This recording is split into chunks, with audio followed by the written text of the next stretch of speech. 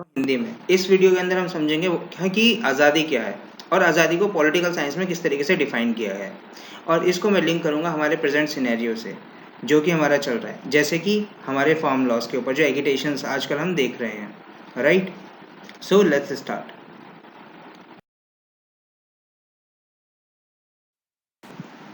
तो जैसे कि मैंने आपको बोला था कि सबसे पहले मैं अगर पॉलिटी को अगर आपको मैं कवर कर पाऊंगा तो सबसे पहले मैं आपको बताऊंगा कि बेसिक कंसेप्ट्स क्या हैं। तो आज ही इस कंसेप्ट के अंदर मैं डिस्कशन करूंगा फ्रीडम के मुद्दे पे कि आज़ादी क्या है। लेकिन आज़ादी को समझने से पहले हमें ये समझना चाहिए कि आफ्टर ऑल ये वर्ड आया कहाँ से, क्या हम हमारे इंडिया के अंदर ये पहले से ही प्रिवेल था या फिर हमें ग्रेजुअली जैसे जैसे हमने विदेशों से सीखा या फिर हमने किसी फॉरेन पॉलिसी से सीखा या फिर किसी फॉरेन स्ट्रगल से सीखा, पहले हमें ये समझना चाहिए। तो सबसे पहले हम समझेंगे कि आज़ादी की लड़ाई कैसी थी, ये कहाँ से शुरुआत हुई, कब हमें पता चला कि हम आज़ाद नहीं हैं। तो सबसे पहले हम समझेंगे इसका बैकग्राउंड कि आफ्टर ऑल ये स्ट्रगल कैसा था और आज़ादी के हमारे मायने हमारे कॉन्स्टिट्यूशन ऑफ इंडिया के अंदर क्या हैं। तो अगर हम बात करें आज़ादी की, तो हम जैसे कि आप सभी को पता है हमारा फंडामेंटल राइट है, और इसकी फंडामेंटल राइट को इंश्योर करता हुआ हमारा प्रियम्बल है जो इसको हमारा सोल भी कहा जाता है कॉन्स्टिट्यूशन ऑफ इंडिया का, और डीपीएसपी जिसको हमें गवर्नेंस हमेशा बनाने के लिए यूज़ किया जाता है। जितने भी रूल्स एंड रेगुलेशन बनेंगे उसके अंदर डीपीएसपी का ध्यान रखा जाएगा, ये चीज़ हमारा बताता है directive principle of state policies.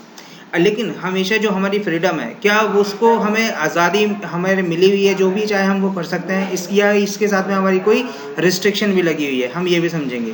अब हम ये भी समझेंगे कि इसके अंदर हार्म प्रिंसिपल क्या है, ये आपकी, और इसके थ्रू हम कवर करेंगे अपना एनसीईआरटी क्लास 11th की पॉलिटिकल थ्योरी का एक चैप्टर जिसे कि हम कहेंगे फ्रीडम का नाम। राइट, तो लेट्स स्टार्ट।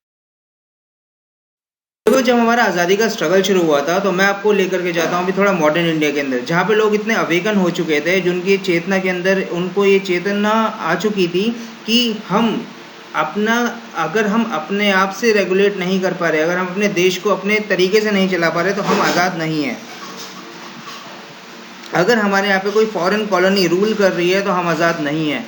इसी के अंदर हमारे बाल गंगाधर तिलक जी ने बोला था, जो कि एक्सट्रीमिस्ट ग्रुप के पार्ट थे। जैसे कि आपको पता है नरम दल और गरम दल था, तो ये गरम दल के पार्ट थे। ये कोई एक आम इंसान नहीं थे, ये एक नेशनलिस्ट थे, एक इन्हें फिलोसोफर थे, मतलब दार्शनिक थे, वो एक बहुत अच्छे मैथमेटिशियन थे, एक स्कॉलर थे। इन्होंने सबसे पहले बताया कि फ्रीडम मेरा बर्थ राइट है और हमें इसे एक्वायर करना चाहिए। तो लेकिन इसकी शुरुआत कहाँ से हुई? इसकी शुरुआत हुई हमारी फ्रेंच रिवॉल्यूशन से, जहाँ पे ट्रिनिटी एक 3 वर्डों का इजाद हुआ। वो कौन से वर्ड थे? पहला वर्ड था लिबर्टी, मतलब आज़ादी। इक्वालिटी, सबों को समानता से देखने का अधिकार, सबों को समान तरीके से रहने का अधिकार, सबों को समान तरीके से बिहेव करने का अधिकार, जहाँ पे आपको किसी भी तरीके से आप किसी कैरेक्टरिस्टिक्स के बेसिस पे, दैट मीन्स प्रोटेक्टेड कैटेगरीज के बेसिस पे आप किसी को आप डिस्क्रिमिनेट नहीं करोगे, भेदभाव आप नहीं करोगे, जो कि हमारा इस समय प्रिवेल था। यही थॉट फ्रेंच रिवॉल्यूशन से बढ़ते बढ़ते इंडिया में आया, और यहाँ पर फिर एक आज़ादी का स्ट्रगल की लड़ाई हुई, जिसके अंदर बाल गंगाधर तिलक जी ने बहुत ही अहम भूमिका निभाई। Just because after the death of the on 1 August 1920 he died, so there was a evolution of, so उसके बाद में फिर हमारे गांधी जी का इन्वॉल्वमेंट आया। दर्शाना चाहता हूँ कि कुछ एडिशनल हमारे जो राष्ट्रपिता बने अफ्रीका के अंदर, वो थे नेल्सन मंडेला। आफ्टर उन्होंने ऐसा करा क्या था जो कि ये राष्ट्रपिता बन गए, और ऐसा नहीं कि इंडिया के अंदर बन गए, यहाँ पे ये हमारे अफ्रीका के अंदर बने।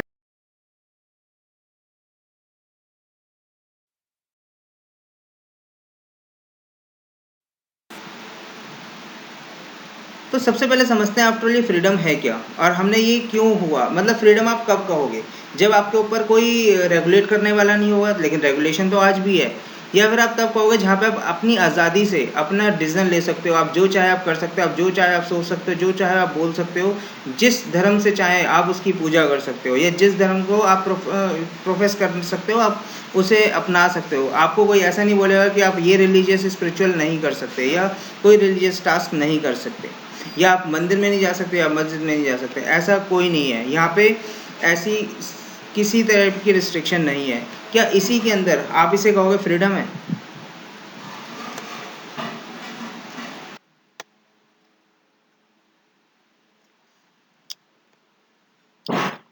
तो जैसे कि हम समझ चुके हैं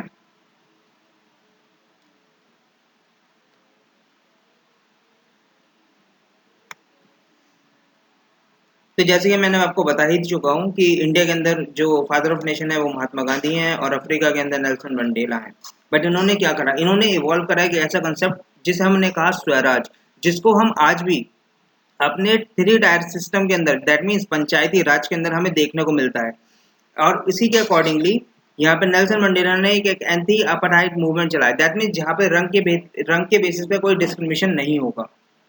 तो अगर हम बात करें अपने प्रियम्बल की, तो वहाँ पे भी 5 टाइप की हमें लिबर्टी दी गई है। Liberty of thought, expression, belief, faith and worship. और लिबर्टी अगर हम यहाँ पे बात करें इंटरनेट, दैट मीन्स अफ्रीका की, तो वहाँ पे रेशियल डिस्क्रिमिनेशन को खत्म किया था।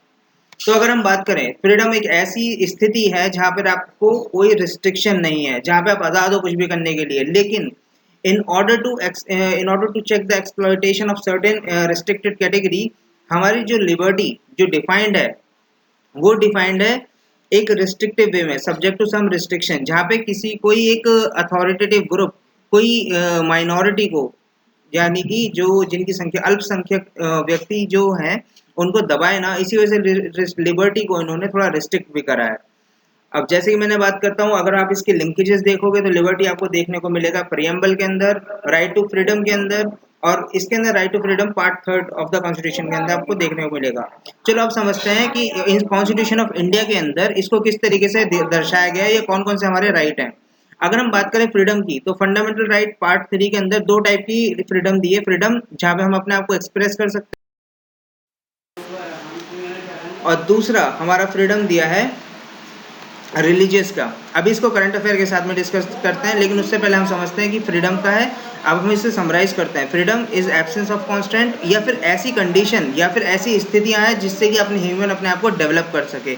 मतलब आप जो चाहो अपने आप को जितने भी एंगल में आप डेवलप कर सकते हो as a human being, as a person, वो आपको करने की आज़ादी देता है। यही कंसेप्ट है फ्रीडम का।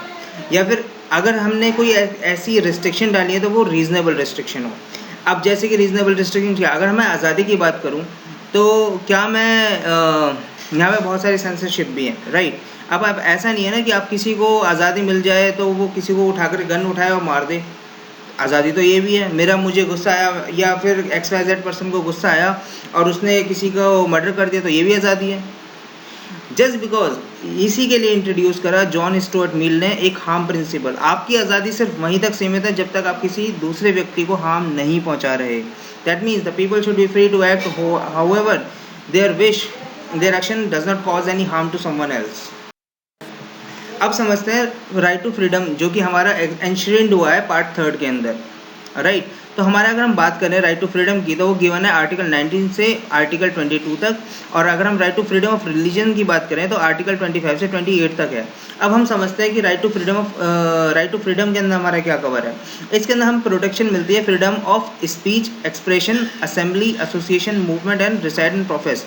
अगर मैं बात करूँ स्पीच और एक्सप्रेशन की, तो स्पीच मतलब आपको बोलने का अधिकार है। एक्सप्रेशन, अब एक्सप्रेशन के अंदर हमारे 2 कंसेप्ट आते हैं यहाँ पे, कि एक्सप्रेशन का मतलब होता है डिसेंट भी, मतलब आप किसी को, या तो आप किसी से सहमत हैं या फिर आप किसी से सहमत नहीं हैं। तो हमारे दोनों ही केस एक्सप्रेशन के अंदर आते हैं। This is the reason. अगर आप इसे रिलेट करोगे फार्म लॉज से, तो वो क्या दिखा रहे हैं, वो अपनी डिसेंट एक्सप्रेस कर रहे हैं इसमें। लेकिन डिसेंट का मतलब ये नहीं कि आप इसे स्ट्राइक कर दो या फिर भारत बंद कर दो, ये बिल्कुल भी कवर्ड नहीं है इंडिया के अंदर। ऑल्दो बहुत सारी जगह पे ये कवर्ड है। जैसे कि अगर मैं बात करूँ जापान में, तो वहाँ पे आप धरना दे सकते हो, आप स्ट्राइक कर सकते हो, बट वो तभी आप कर सकते हो because there are some labour rights, because there are some labour commissions are there, जो कि यहाँ पे भी अवेलेबल है, but it was regulated by certain other act. वो फंडामेंटल राइट के थ्रू के स्कोप से थोड़ा और आगे चला जाता है, तो that I am not discussing अभी here. So and second thing is assembly, you can form an assembly, you can form association। अभी लेकिन इसके अंदर अगर हम बात करें एसोसिएशन की, तो अभी हमारा एक लेटेस्ट केस आया था राजेंद्र का, जिसके अंदर यूनियन ऑफ इंडिया और राजेंद्र प्रसाद वाला जो केस था, जिसके अंदर गुजरात का केस था, अभी रिसेंटली आया जुलाई के अंदर, जिसमें ये कहा गया है कि जो 97th अमेंडमेंट एक्ट था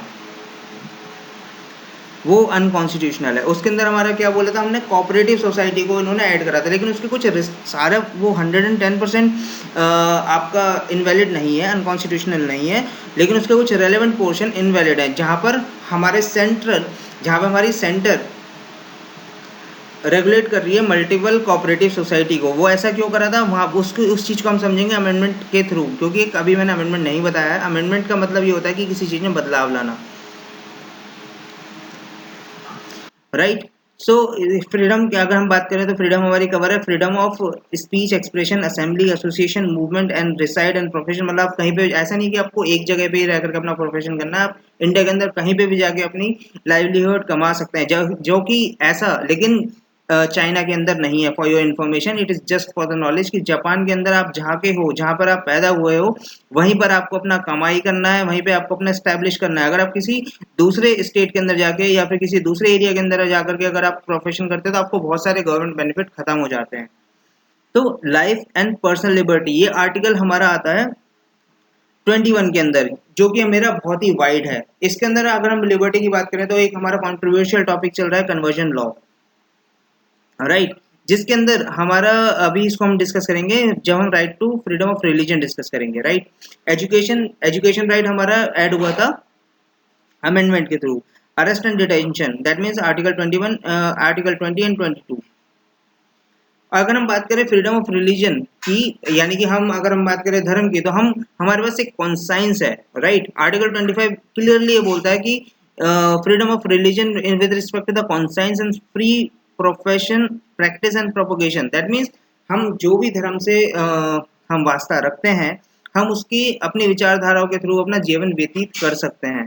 हम अपने रिलीजियस अफेयर को मैनेज कर सकते हैं, जैसे कि हमारे जो भी धर्म होते हैं उसके हिसाब से जो रिचुअल्स होते हैं वो हम कर सकते हैं। बट कॉन्साइंस और freedom of profession and propagation का मतलब ये नहीं है कि आप किसी को कन्वर्ट कर दें, which is unlawful and which is not acceptable as per article 25, because it is the breach of article 25।